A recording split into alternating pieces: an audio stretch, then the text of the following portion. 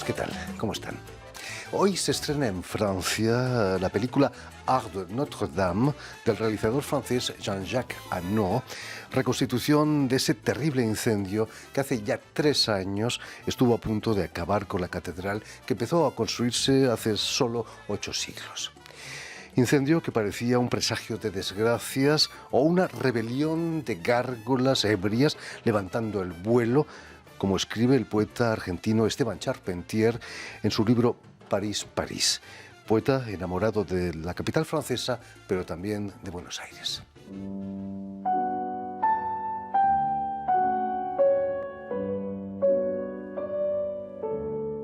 Yo nací en Buenos Aires hace 60 años.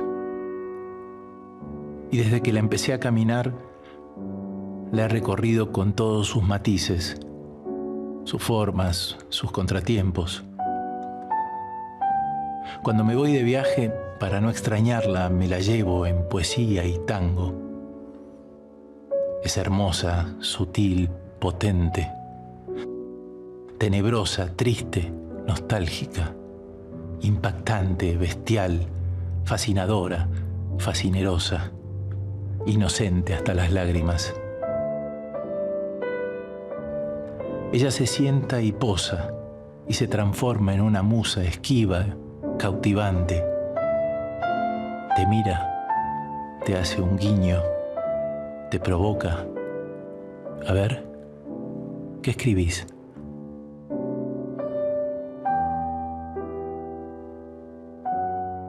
Buenos Aires. La ciudad está en mí como un poema que no he logrado detener en palabras. Borges.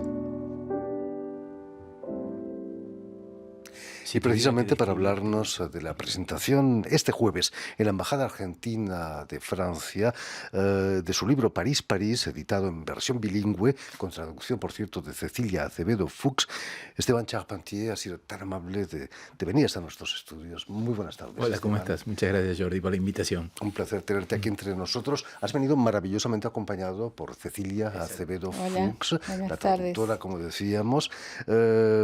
Permitidme antes que nada que cuente que, como decían en el vídeo, Esteban Charpentier, nacido en Buenos Aires hace un poquito más de 60 años, en 1958, y que además de poeta eres abogado, o mejor, que además de abogado eres poeta. Sí, primero abogado, diría, sí. No, primero no. Primero, abogado consecuencia de ser poeta, poner. Un abogado es alguien que defiende al hombre de las instituciones, no siempre bien intencionadas. Sí. Esa es la razón por la que has fundado PIBES, esa Fundación para la Igualdad, Bienestar, Educación y Salud. Sí, después de...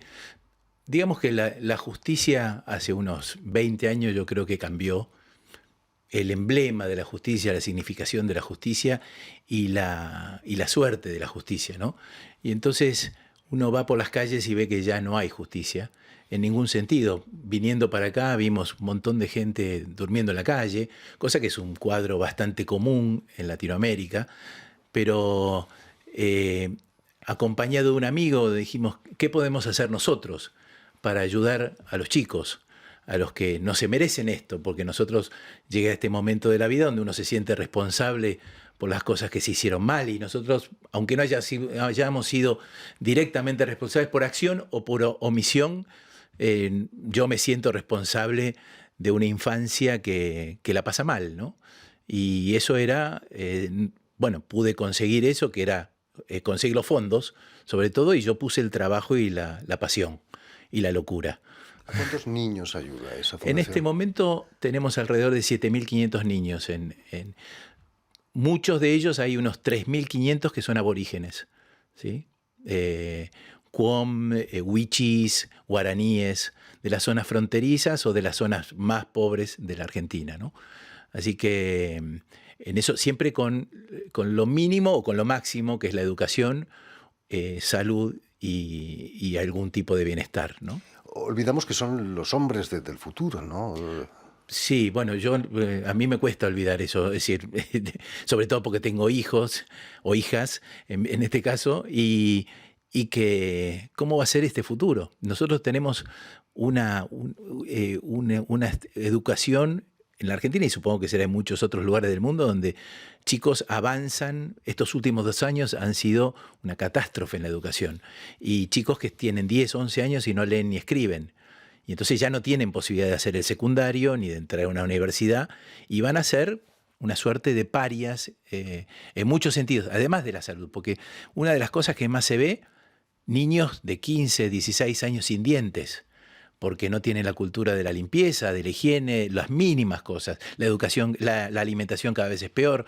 Entonces, si bien estamos pintando un panorama muy sombrío para arrancar el programa, bueno, es una realidad que es inevitable, y como me preguntaste por esto, seguimos trabajando con ese camino, ¿no? Y yo voy a la selva y voy al impenetrable chaqueño y me meto y trato de ir a llevar lo que se puede, lo que juntamos, o a trabajar. Vamos en grupos de gente y cada uno va a hacer lo suyo, desembarcamos y volvemos, sobre todo. No es esto de mandar una caja con alimentos no perecederos al Chaco y después no me importa nada, ¿no? Vamos, desembarcamos, llevamos cosas para enseñarles a hacer arte, para enseñarles a plantar plantas que ahí las tienen pero no las cultivan, no las saben cómo usar. Es decir, muchísimas cosas que abren una posibilidad para el futuro de ellos, ¿no? No lleváis peces, enseñáis a pescar. Pasa que también la cultura del no trabajo ha hecho mella en esto. Tal vez la pesca en lugares donde hay falta de agua, por ejemplo, en el Chaco, cuando visitamos nosotros ahora en octubre, hacía 8 meses que no llovía. Entonces los ríos pasan unos hilitos donde no hay peces.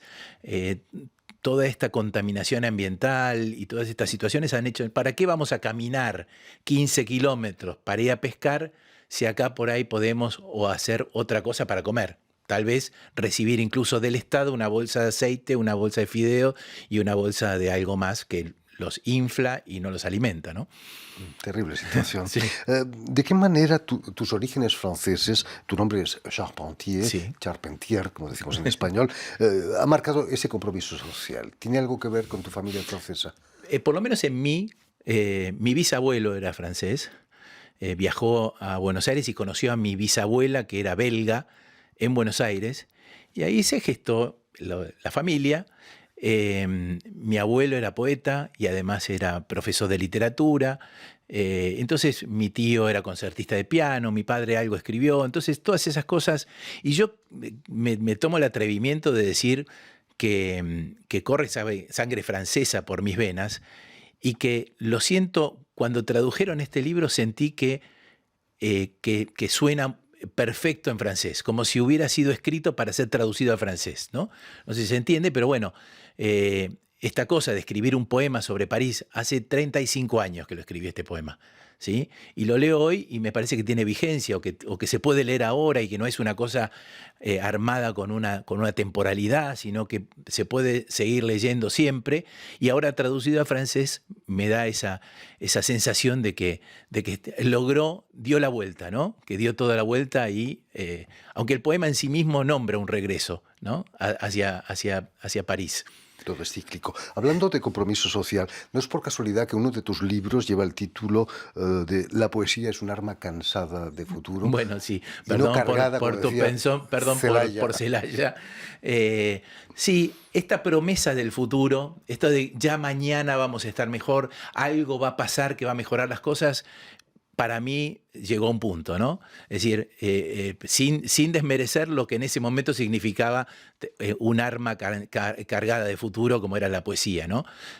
Ahora me parece que hay que trabajar sobre el presente, porque si no, no va a haber futuro, ¿no? Con cosas del pasado, sobre el presente todo el tiempo, con la esperanza de un futuro. El futuro no existe, y si vamos en este camino, obviamente, ahí está la tapa del libro, de mi amigo Peter Tiepes, que desde algún lado nos estará mirando, y creo que, no hay, que esa cosa con la que crecieron generaciones enteras, no, el futuro va a ser mejor, no, el futuro va a ser mejor. En alguna época se trabajaba por el futuro. Ahora hay como una como dicen, laissez-passer, ¿no? Como que, no, va a pasar porque tiene que pasar, porque no nos puede siempre ir mal. En algún momento tiene que venir algo bueno, y no es tan así, ¿no? Si no se hace, no se logra. Esa visión está algo comprometida. Exacto. He visto, hablemos del pasado, Sí. he visto una vieja foto tuya de Esteban Charpentier, muy joven, en compañía de un ciego, Sí. Jorge Luis Borges, a quien dedicas precisamente uno de los poemas de tu libro París, Exacto. París, ¿no? ¿Qué significó para ti Jorge Luis Borges? Yo era, como decías vos, un joven y bello mancebo, hará unos, ya casi 40 años. Iba a un taller literario, taller literario, esos lugares donde uno concurre para aprender a escribir. Yo fui justamente para contrarrestar lo que estaba estudiando en la Facultad de Derecho, que era ese lenguaje rígido, inexpresivo y tan directo y sin poder pulirlo, ¿no? Entonces empecé simultáneamente en la facultad y el taller literario. Y este taller literario, Félix de la Palma era muy amigo de Borges, vivía a unas cuadras de la casa. Íbamos 1 o 2 veces por año a la casa de Borges a tener una charla o algún lugar donde lo reuniéramos, y él hablaba directamente con nosotros, directamente. Y yo tuve bastantes mano a mano con él. Le contaba a Cecilia que en un momento, en una reunión, terminaron de la reunión y le dieron de comer ahí donde estaba, y en un momento le trajeron el postre y él sintió que alguien estaba al costado y me dice: joven, ¿no me ayudaría a comer el postre? Y entonces yo le di de comer queso y dulce de membrillo en la boca a Borges. Y para mí fue, claro, como si ahora te dijeran un pibe, jugué un cabeza con Messi, ¿viste? Una cosa así. Así que... Muy poético, como acto. Sí, totalmente. Pues yo creo que es lo mejor que hice en mi vida de poesía, de poeta. Finalmente, ¿escribes poesía para huir del lenguaje jurídico? Sí, por suerte yo ya huí hace rato. Los niños, los pibes me llevaron a huir un poco siempre sigo, porque todavía queda una ilusión de justicia, que también lo incluye el trabajo que hago ahora, ¿no? Obviamente los jueces no son lo que eran antes, y no como una nostalgia todo tiempo pasado fue mejor. En este caso, las facultades, la evolución de la justicia se presta a interpretaciones que ya no son las de justicia, sino, bueno, en realidad el tipo podría haber pensado que si tiraba esa molotov no le iba a pegar en la cabeza a un pibe. No, todo eso que se está justificando, no, como lo violó pero estaba con la luz prendida, no es violación. Como dijo un juez de la Corte Suprema nuestra, que no quiero recordar su nombre, lo sé por supuesto, pero todas esas cosas me echaron de la justicia, ¿no? Mi padre era abogado y él se manejaba, iba con todo, hablaba con un juez, el juez le contestaba con propiedad y con sabiduría. Y ahora uno va a ver un juez y se presenta delante y el tipo dice: doctor, usted escribió 40 hojas, ¿qué quiere? Yo no tengo tiempo de leer todo lo que usted está diciendo, ¿no? Entonces, llevar la verdad a un lugar para que digan: señor, este señor es mentiroso y yo le estoy mostrando acá, no hay tiempo para eso, no hay tiempo. Es un síntoma de nuestra sociedad. Exacto, también, sí. Es terrible. Sí. El último libro que has publicado, El anteúltimo, ahora el antepenúltimo, es Lo que el viento se llevó. Los que el viento se llevó. Los que el viento se llevó. Sí. ¿Quiénes se llevó el viento? Bueno, este lo escribí durante la pandemia. Tiene muchas cosas de la pandemia ahí. Situaciones, las vidas que se llevó la pandemia y el viento, ¿no? Obviamente refiere a la película, a lo que el viento se llevó, pero ahora se llevó muchas cosas el viento, ¿no? Se llevó, vos verás que ahí, no sé si el dibujo, no, ahí no tiene, o sí tiene un barbijo puesto, ese que soy yo. No tiene, pero debe tener en la mano. Ahí tengo un libro en la mano. Fue esto del encierro y de lo que generó el encierro en mí particularmente, de la soledad, de la readministración de las relaciones, ¿no? que hemos tenido que hacer todos, no solo con nuestras parejas, con las que vivíamos la mañana y la noche, después hubo que vivir todo el día juntos, con nuestros niños, volviendo teniendo que ser maestros, teniendo que ser todas las cosas que nos cambió, y la forma en que yo creía se iba organizando. Y algunas sensaciones de lo que era la vida de antes. Bueno, hay un camino sobre gran parte de la pandemia. Lo recomendamos, sin duda. Volviendo a la presentación aquí en la Embajada de Argentina en Francia, París, ¿cuáles fueron las razones de dedicarle un libro a la capital de Francia? Quizás tus orígenes, quizás. Sí, posiblemente. La pandemia generó un encuentro con Cecilia que no teníamos hace 40 años. Nosotros no teníamos vinculación desde que éramos niños o adolescentes. Somos primos. Somos primos, claro.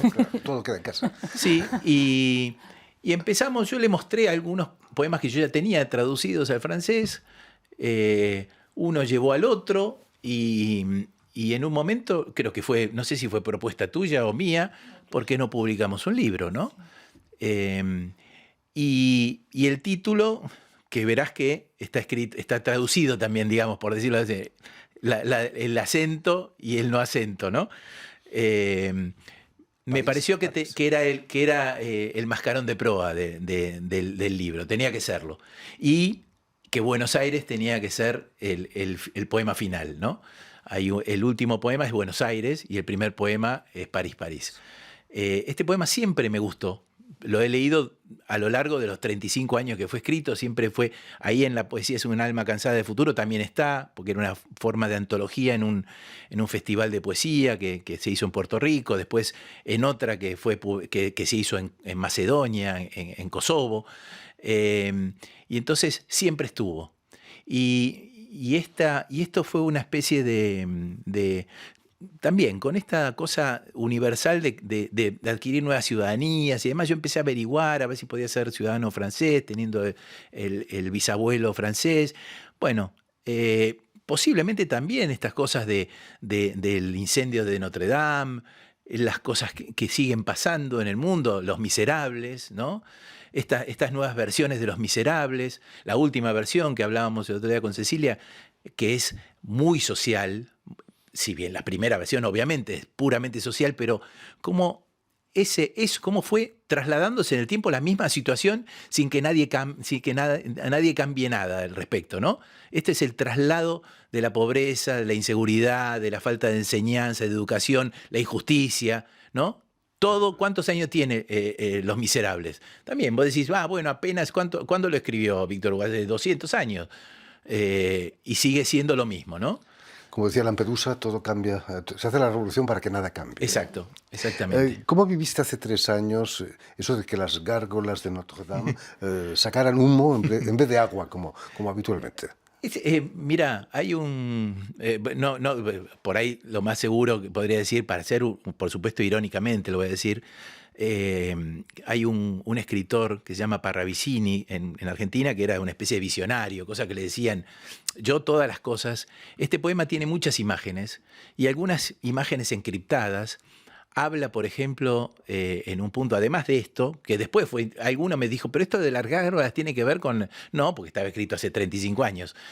Pero hay imágenes del proceso de la dictadura militar argentina, donde fueron asesinadas 2 monjas francesas por un comando liderado por el capitán Astiz, y está mencionado ahí de una manera... Corazones galos, ¿no? Exacto, que vuela con los 2 corazones galos y el mismo hábito de ausencia macabro. Hábito, ausencia y macabro sintetizaba la religión, la ausencia, que era la repetición de ausencias que hubo en la Argentina, los desaparecidos, y lo macabro era el proceso, ¿no? Entonces, hay muchas imágenes que... Una mujer me patea un penal con una estrella, L'Étoile, en el arco, donde tantas veces el arco del triunfo, y le da el tanto del triunfo. Son juegos de palabras, como el pintor enano. El otro día mi profesora de francés, que es francesa, me dice, ¿y lo del pintor enano qué es?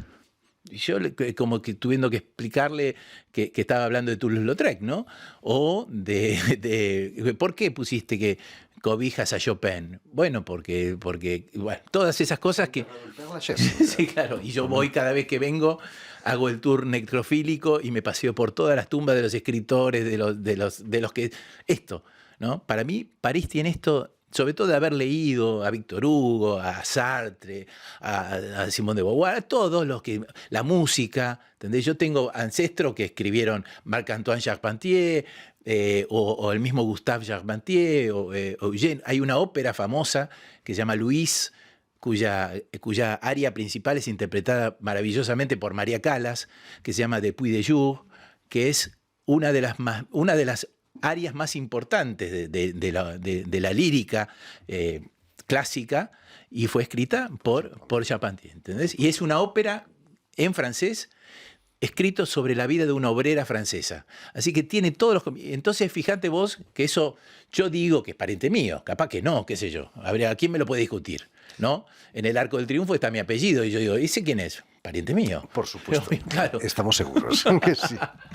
Tenemos muy olvidada a Cecilia. Eso de traductore, traditore, cuando uno traduce poesía, es más grave el delito todavía, ¿no? Hay que ser un poco poeta para traducir poesía. O hay que querer y no poder, pero entonces uno se arrima a lo que los otros te dan, ¿no? De posibilidad. Cuando Esteban me dijo, ¿y si hacemos esto? Bueno, yo me sentí ilegítima, porque yo no soy una asermentada, pero en cambio tuve la sensación que el conocimiento de la cultura, de saber que yo vengo de ahí, y que ese ahí también es mi lengua, pero que mi lengua pasó al francés, para mí le dio legitimidad, le dio sentido. Además, no hay ni trampa ni cartón, como se dice. La versión bilingüe puede uno cotejar la traducción con mucha facilidad, ¿no? Una traducción sola es más fácil, quizás, ¿no? Estoy segura que más de un especialista hará este cotejar y encontrará fallos, muchos. Pero yo lo que pienso que el conjunto es armónico y se sostiene también por la relación. Me gustaría muchísimo que pase esto, que se entienda como una traducción de relación, una traducción relacional en el que además Esteban de muy buen grado aceptó sugerencias. Nos hemos divertido muchísimo. ¿Ha habido correcciones, ha habido discusiones sobre alguna palabra? Es una reescritura, claro. En este caso, más que nunca, es una reescritura, ¿no? Porque yo, sabiendo poquitas palabras de francés, pero hemos discutido incluso. Sí. Hay un poema que se llama Merci o Merci. En la versión del libro está la Y con un puntito arriba, como si fuera un trago, un martini, ¿no? Como si fuera una aceitura ahí. Y me discutían, sobre todo el marido, Alfredo, vamos a nombrar, que él quería, el último verso dice, con tu nombre escrito. Sí. Y él se negaba, él decía que no, que la palabra escrito no hacía falta ponerla, ¿no? Pero él es francés. Y sí, pero yo le decía, pero a los efectos poéticos tiene que estar con tu nombre escrito. Y écrit. Y yo estaba de acuerdo con Esteban. Sí. Y no con mi marido. Il existe un port à mon nom écrit. Él quería decir, y existe un port à mon nom. Y yo le decía, no, me falta el aire, ¿no? Hay que poner écrit, ¿no? Bueno, al menos no te ha pedido que cambies algún verso en español, ¿no? Para poder traducirlo mejor. Claro, capaz que yo no lo sé y cambió todo, la verdad. Esperemos que no. Lo que me parece importante y me gustaría mencionarlo es que entre todas apareció la idea de... Yo quería integrar a Paula Noé porque la vi enseguida, Paula Noé Murphy. La vi en la imagen, la vi en el proyecto y bueno, los puse en relación. Paula eligió, manda unas palabras que se sepa que fue bajo presión, porque ella se estaba cambiando de casa y lo tenía bastante complicado, pero vio nuestro entusiasmo y nuestra convicción y bueno, y Esteban iba negociando y cada vez sacaba dos. Y bueno, ahí lo tenemos, ¿no? La tapa está ahí. Entonces, es hermosa. La tapa es bajo un cianotipo de Danielle Bellman, que es una amiga fotógrafa de Paula. Sí. Entonces le dio permiso para que Paula la haga como quiera. Y así nos salió todo. Esteban Charpentier recomienda que se lean en voz alta sus poemas. No me gustaría dejarte marchar sin que nos leyeras, quizás París, París, ¿no? El poema que da nombre a tu libro. ¿Prefieres hacerlo en castellano o en francés? No, lo voy a leer en castellano, porque mejor, ¿no? O puede leer ella en francés si mejor quiere. En castellano, bueno, por supuesto. Porque además este es el único libro que tenemos. Nos acabamos de juntar con el editor antes de venir a la radio, porque no lo teníamos el libro. O sea, como el libro va a estar mañana en la presentación, bueno, ella tiene una corrección, pero este es el recién nacido. Es el The First. Vas a tener el The First. El primero y te va a quedar a vos además, así que fíjate. París, París. Bueno. París, París. Yo te saludo, París, cuando una rebelión de gárgolas ebrias levanta el vuelo, llevándose la catedral a los barrios pérfidos, donde los jorobados por la vida ven cumplirse sus sueños jodidos de locura. Y una tormenta venérea ahuyenta las baladas de los inválidos que encendieron sus barcazas en la isla de la Cité para morirse putrefactos o buenos. Ahí va, toma la ballesta, apunta, el ángel de los pelos rubios, ángel de la muerte, vuela con los dos corazones galos y el mismo hábito de ausencia, macabro. Y otra vez errase el disparo que mata al gorrión parisino que escupe miserias en el Pont d'Alma. Y otros también disparan con poderosos flashes amarillos al ángel, a las gárgolas, a los títeres de los claustros, a los miserables que ahora roban el pan. Y mientras corro por las calles mirando cómo vuela Notre Dame con sus alas de oro dorado, una mujer me patea un penal con una estrella en el arco donde se escondió tantas veces el sol y que le da el tanto del triunfo entre mis piernas agotadas por el espanto. Yo te saludo, París, porque tu belleza tiene hedores del infierno, porque tanta sangre ha corrido por el Sena, porque eres el alma enamorada de un pintor enano, porque cobijas a Chopin y hueles a cebolla, porque de allí vinieron mis ancestros sin saber que además traían el tango, y porque mi corazón sagrado volverá un día en una cigüeña negra a devolverte aquel pan que me traje, y así me condenes para siempre a tu milagro. Muchísimas gracias, Esteban Charpentier. París, París, ya lo saben, tienen una cita mañana jueves en la Embajada de Argentina, aquí en Francia, para la presentación de este libro, París, París. Muchas gracias también a Cecilia Acevedo Fuchs, traductora al francés del libro. Y si me permitís, damos las gracias también a Vanessa Albaso y a Julián Leng, quienes han ocupado hoy de la realización del programa. Y también saludar a nuestros telespectadores que nos siguen en todo el continente latinoamericano, gracias a la cadena Unión Continental Latinoamérica. En Buenos Aires nos pueden ver, no solamente escuchar. Bien. Y también a la red TAL, que reúne las televisoras públicas y universitarias de América Latina. Qué bueno. Y a ustedes, muchísimas gracias por su atención y les damos cita para una nueva edición de El Invitado de Radio Francia Internacional.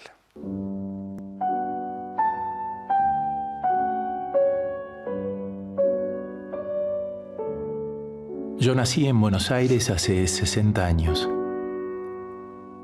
y desde que la empecé a caminar la he recorrido con todos sus matices, sus formas, sus contratiempos.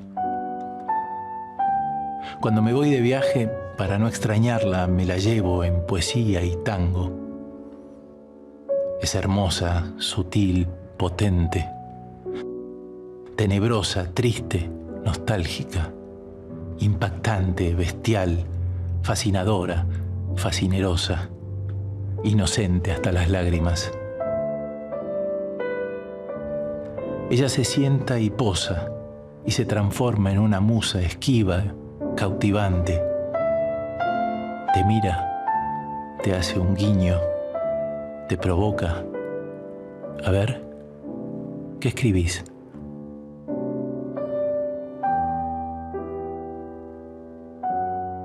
Buenos Aires. La ciudad está en mí como un poema que no he logrado detener en palabras. Borges. Si tuviera que describirte, diría que vas descalza, adoquinando un ritmo de gardeles, haciendo equilibrio por los cables y que andás presa de lágrimas, moviendo tus curvas con ternura de café. A veces pienso que estás sorda, almacenada en poesía y tango, tiritando un frío atroz de ausencias, víctima de magos y de alcahuetes, ahogada en una soledad de risas, tormentas, alcantarillas, revólveres. Te juzgo pesadilla en la peor distancia, meretriz enamorada, sangre de bohemia, poética absurda, prosa de fango. Te dibujo corta de abrazos, ancha de ancas, campeona de derrotas. Vivo silencios para callarte. Te pinto en un grafiti que te quiero tanto.